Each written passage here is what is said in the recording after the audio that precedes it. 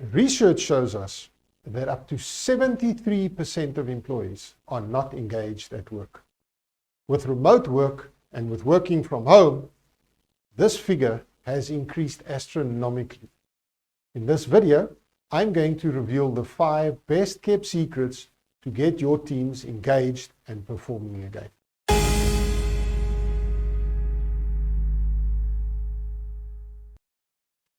Hi, I'm Rowan van Dijk, your relational leadership coach.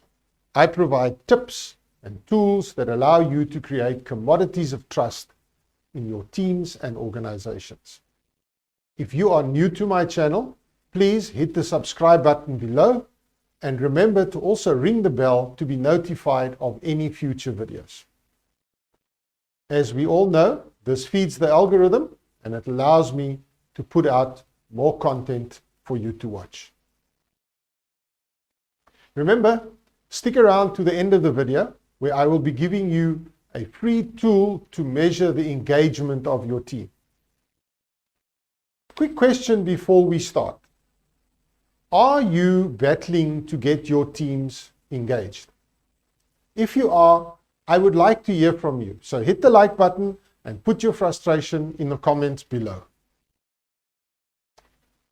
As promised, here are the 5 secrets for getting your teams more engaged. Secret number 1, have a heart. I'm sure you've all heard of Cupid, who is presumed to shoot his arrow through the heart of the person you love to get them to love you. I used to play darts when I was younger, and there were many times that I would attempt to hit the bull's eye. But because that part in the center of the board was so hard, my dart would simply bounce off the dartboard and land on the floor. If your heart is hard, you will not be able to have a heart for your team. You will have no sympathy for them, and as a result, all your actions and thoughts will be centered around yourself. Having a heart means that you look out for your team. You put their interests before your own, and for the betterment and the better good of the team as a whole. Remember, for you to love others and have empathy for them, you first have to learn to love yourself. Secret number 2, affirm them regularly. My kids both played various types of sport when they were at school and even afterwards. And I would try to get to as many matches as my work would allow. But even when I did not attend, they would always want to know from me afterwards what I thought of the game. For example, my son would tell me of the massive 6-er hit in cricket in an attempt to win my approval. So you see, you need to celebrate the successes of your team, no matter how small they may be. It's not the level of the success achieved that matters that much. It's the actual success itself. They need to know that you support them and appreciate them, even when they are not successful. You need to realize how important a simple pat on the back can be for building the morale of your team and subsequently getting their trust and support. Secret number 3, build togetherness. There is a proverb that states that 2 are better than 1 because together they work more effectively. But a rope with 3 cords is hard to break. You cannot achieve your goals and objectives on your own. That's why you have a team. So stop trying to do it all alone. If you have a heart and you affirm them regularly, your team will stand behind you. You will be stronger than a rope with 3 strands. In fact, you'll probably be more like a reinforced steel cable.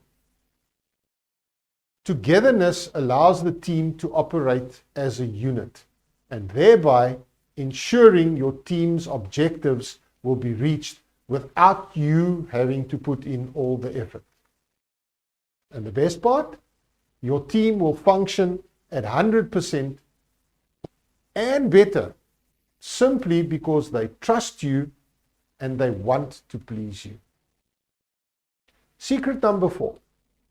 Actions speak louder than words. I can remember years ago, somebody once made a comment that talk is cheap, but money buys the whiskey.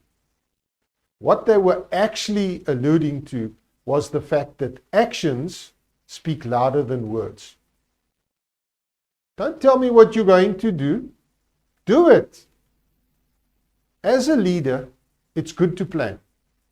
Henry Ford once remarked that a plan that is not implemented or put into action is simply a dream.